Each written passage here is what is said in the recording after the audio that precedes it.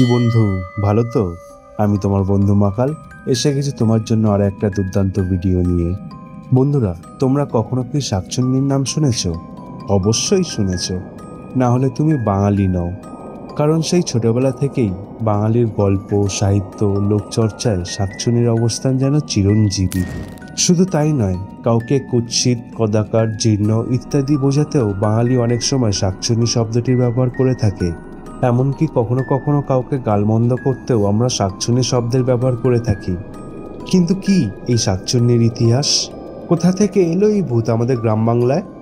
যদি সত্যি সত্যি কখনো এই ভূতের সম্মুখীন হতে হয়, তাহলে তোমার কি করণীয়? সবকিছুই আলোচনা করব এই ভিডিওতে। তাহলে বেশি দেরি না করে লাইক বাটনটি প্রেস করে ঘরের একটা শান্ত কোণা বেছে নাও ভিডিওতে অগ্রসর হওয়ার আগে।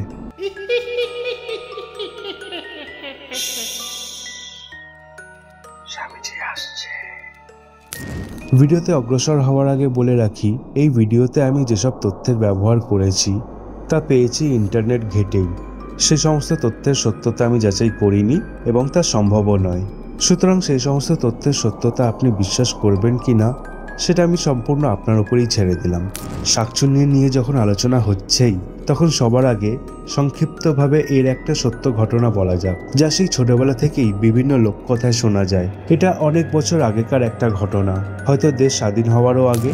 গ্রাম বাংলার এক নদীতে স্নান করতে গিয়েছিল এক নববধূ। ফেরত আসার সময় এক শেওড়া গাছের নিচ দিয়ে যখন সে নববধূ তার খোলা চুল নিয়ে যাচ্ছিল, তখনই তার উপর চড়াও হয় শাকচুন্নি। এরপর সেই নববধূকে ওই শেওড়া গাছে আটকে দিয়ে নিজেই নববধূর রূপ নিয়ে প্রবেশ করে তার শ্বশুর বাড়িতে। এরপর বেশ কিছুদিন ধরেই নববধূর মতোই জীবনযাপন করতে থাকে সেই শাকচুন্নি। শুধু তাই নয়, শ্বশুর শাশুড়ির সেবা যত্ন, রান্নাবান্না, ঘরের সমস্ত কাজ একা হাতেই করতে থাকে সে। এমনকি বরের সঙ্গে নিয়মিত যৌন সঙ্গমে লিপ্ত হতেও বাকি রাখেনি শাকচুন্নি। ওইদিকে আসল নববধূ কিন্তু তখনও আটকে রয়েছে শেওড়া গাছের মধ্যেই। এর ফলে শুরুর দিকে শ্বশুর শাশুড়ি সবাই তার ওপরে খুশি হলেও আস্তে আস্তে বাড়তে থাকে সন্দেহ। একদিন বাড়ির কিছু সদস্য তাদের নিজেদের চোখেই দেখে যে তাদের নববধূ এক ঘর থেকে অন্য ঘরে হাত লম্বা করেই নিজের খাবার নিজে নিয়ে চলে আসছে। এরপরেই নববধূর ওপর পর্যবেক্ষণ বাড়িয়ে দেয় শ্বশুরবাড়ির লোকজন। একদিন শাশুড়ি মা দেখেন তার বৌমা রান্নাঘরে উনুন না জ্বেলে বরং তার বদলে নিজের পা উনুনের মধ্যে ঢুকিয়ে দেয়, আর তার পা দিয়ে বেরিয়ে আসছে আগুন। এবং এভাবেই একসময় ফুটে উঠল ভাত ও মাছের ঝোল। শাশুড়ির আর বুঝতে বাকি থাকে না যে ওটা আসলে একটা শাকচুন্নি ছাড়া আর কিছুই নয়। এরপর যখন ওই শাকচুন্নি একসময় খাওয়া দাওয়া শেষ করে ঘরে ঘুমিয়ে পড়েছিল, তখন সবাই মিলে তাকে বেঁধে ধরে তার নাকের সামনে তুলে ধরে পোড়া হলুদ। সেই পোড়া হলুদের গন্ধ সহ্য করতে না পেরে নিজের আসল কুৎসিত রূপে চলে আসে শাকচুন্নি এবং নিজের প্রাণের ভিক্ষা চেয়ে সেই শেওড়া গাছ থেকে মুক্ত করতে বাধ্য হয় আসল নববধূকে। এবার তোমরা প্রশ্ন করতেই পারো, শাশুড়ি কিভাবে জানলেন যে ওটা আসলে একটা শাকচুন্নি, অন্য কোনো ভূত নয়? কারণ শাশুড়ি জানতেন যে একটা শাকচুন্নির বৈশিষ্ট্য কী কী হয়। তাহলে এবার জেনে নেওয়া যাক শাকচুন্নির বৈশিষ্ট্য। শাকচুন্নি শব্দটি এসেছে সংস্কৃত শব্দ শঙ্খচূর্ণি থেকে। এটা হলো হিন্দু বিবাহিত মহিলাদের ভূত, যারা বিশেষভাবে তৈরি বাঙালির শুভ্র পোশাক শাড়ি পরিধান করে এবং হাতে শঙ্খ বা শাখা পরিধান করে। শাখা এবং পলা হলো বাঙালি বিবাহিত হিন্দু মহিলাদের প্রতীক। তাই শাখা পলা পরিহিত সদ্য বিবাহিত মেয়ের ভূতকেই শাকচুন্নি বলা হয়ে থাকে। জানা যায় যেসব মহিলা তার বিয়ের অল্প কিছুদিনের মধ্যেই কোনো না কোনো কারণে মারা গেছেন, অথবা যারা নববিবাহিত জীবনের সুখ ভোগ করতে পারেননি, তাদের অতৃপ্ত আত্মাই শাকচুন্নিতে পরিণত হয়। শাকচুন্নিরা সাধারণত ধনী বিবাহিত মহিলাদের ওপর ভর করে বা আক্রমণ করে, যাতে করে তারা নিজেরাই সেই মহিলার মতো জীবনযাপন করতে পারে ও বিবাহিত জীবন উপভোগ করতে পারে। লোকগাথা অনুসারে এই শাকচুন্নিদের বাস সাধারণত শেওড়া গাছে হয়ে থাকে।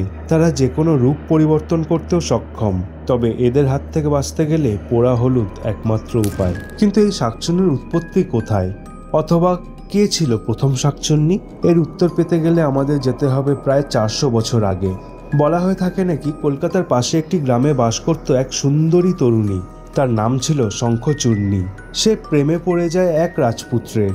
একসময় সেই রাজপুত্রও তাকে ভালোবেসে ফেলে, কিন্তু রাজপুত্রের বাবা অর্থাৎ রাজা ছিল প্রচণ্ড স্বৈরাচারী এক শাসক। সাধারণ ঘরের মেয়েকে তার ঘরের বউ হিসাবে সে মানতে চাননি, কিন্তু পুত্রের জেদের কাছে হার মেনে তিনি তাদের বিয়ে দিয়ে দেন।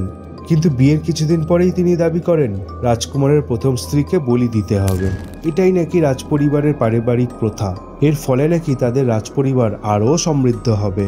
কথায় বলে জোর যার মুলুক তার, সুতরাং জোর করেই শঙ্খচূর্ণীর বলি দিয়ে দেন রাজা। ফলে এর কিছুদিনের মধ্যেই শোকে আচ্ছন্ন হয়ে মারা যায় রাজকুমারও। তবে মৃত্যুর পরেও ফিরে আসে শঙ্খচূর্ণীর অতৃপ্ত আত্মা। একে একে মৃত্যু ঘটতে থাকে সমস্ত রাজ সদস্যের। অল্প সময়ের মধ্যেই বিলুপ্ত হয়ে যায় রাজবংশ। আর তারপর থেকেই বাঙালি লোককথায় জায়গা পায় শঙ্খচূর্ণী, যা কালের নিয়মে লোকের মুখে মুখে উচ্চারিত হতে হতে রূপ নেয় শাঁকচুন্নীর। আগেই বলেছি, বিশ্বাস অবিশ্বাস তোমার ওপর। ভালো লাগলে ভিডিওটি লাইক করে বন্ধুদের সাথে শেয়ার করে দিও, বিশেষ করে সেই বন্ধুকে যে কথায় কথায় শাঁকচুন্নী শব্দের ব্যবহার করে থাকে। আর কমেন্ট করে জানাও এই ধরনের টপিক তোমাদের পছন্দ কিনা। তাহলে আগামী দিনে বানানো যেতে পারে একটা বাঙালি ভূতের প্লেলিস্ট। তবে যাওয়ার আগে সাবস্ক্রাইব করে বেল আইকনটি প্রেস করতে ভুলো না, কিন্তু দেখো কেউ যেন টের না পায়।